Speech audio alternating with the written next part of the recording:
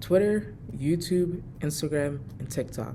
These are just some of the biggest social media platforms that people are using to grow their business every day. And in this video, I'm going to rank all of them, including these, and give you a full comprehensive list of pros and cons so you can make a better informed decision on which social media you should start and be consistent on to grow your business. One thing that you absolutely should not do, however, is try and juggle 3 to 4 at the same time by yourself. That's literally a surefire way to fail. And before we begin, my name is Kari. I'm the owner of CCC Medias, which is a B2B business that leverages organic content to book and schedule appointments, which allows you to sell more courses, info products, coaching, etc. Everything else I do on the channel and Twitter is totally free for consumers.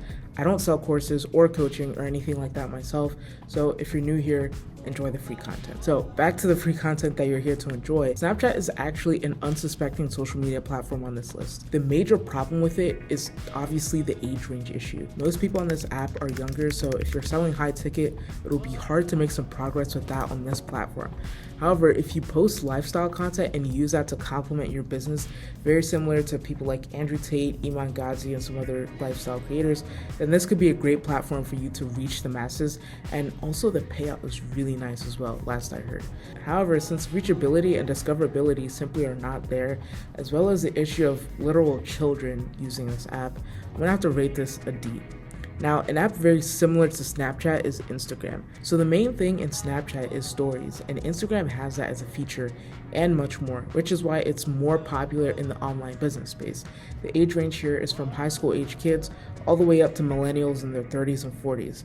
That's not to say that there aren't older people on this app, because there definitely are, and everything I've just said up until this point are all pros. The biggest con though is that it can be hard to grow and build connections with people through just pictures. However, Instagram saw this and they added the Reels feature, very similar to TikTok, which we'll get to in a second. This allowed for an even greater opportunity for virality, which is exactly what you want at the end of the day, and that's why I'm ranking Instagram as an A-tier social media platform. Now, we're going to switch gears a little bit and go to Telegram. Telegram is actually a very slept-on app. Now, it is text-based, which can be a pro or a con depending on how you look at it. It's mainly used as part of a funnel to start a tight-knit community and get people to buy your thing, basically. For most people, this is simply just not applicable, which is why I have to rate it a C. It's great when it's applicable, it's just not relevant to 97% of you watching. A social media app that you may not think is applicable to you, however, is Facebook. Facebook is kind of an untapped gold mine. There is a method that a lot of agencies and coaches use to get their clients, which is this. Step 1, you're gonna go into Facebook groups related to your niche. Form real connections and then give a bunch of free value, which will take a lot of time and real effort. Then you're gonna connect with people in their DMs and make value posts providing a bunch more free value. When people ask you what you do, then you tell them that you offer these services for sale. This is not too different from the style of YouTube, which we'll go over in a second.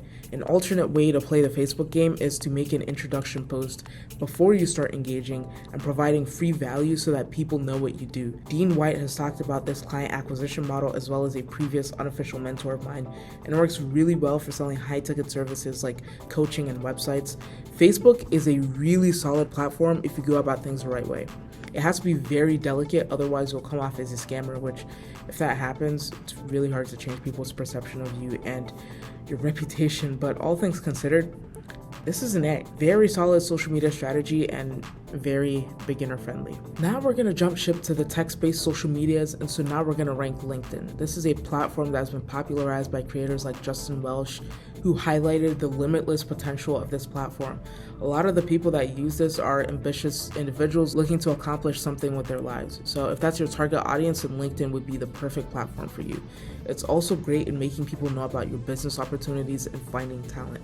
However, I'd say it's still hard to build a connection with someone through text alone. You have to have a really stellar offer if you plan to use LinkedIn as the only or even the main channel in customer acquisition. So for those reasons, it's good, but there's definitely better platforms on the list. So I'm giving it a solid B. Twitter is almost the same. It's been blowing up a lot more over the past couple years, but if you notice, people mainly use it to funnel people into email lists or other social media platforms. Look at people like Dan Koh and Daniel Fazio. In terms of growth, it's very hard to grow from zero. There's definitely a lower barrier to entry though. All things considered, I'd rank it on the same level as LinkedIn, but that's just me.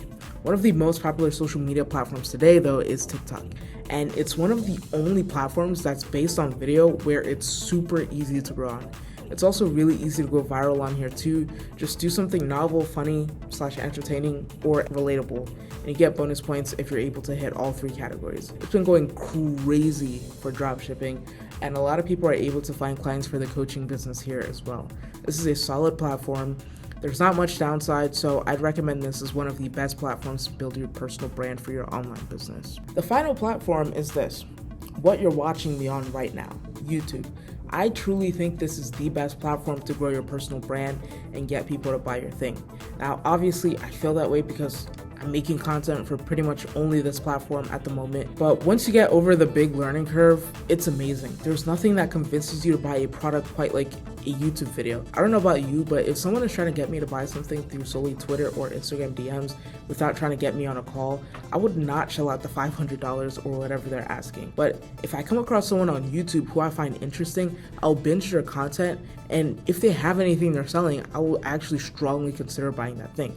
True story, because it's happened before multiple times where I've actually made the purchase. There's nothing that allows you to sell online quite like YouTube, which is why I'm also ranking this in the S category. If you're a business owner and you need help with social media, there's a link below, the whole spiel, whatever. Anyway, shift your focus from the crowd's applause to your own inner applause, and I'll see you in the next video.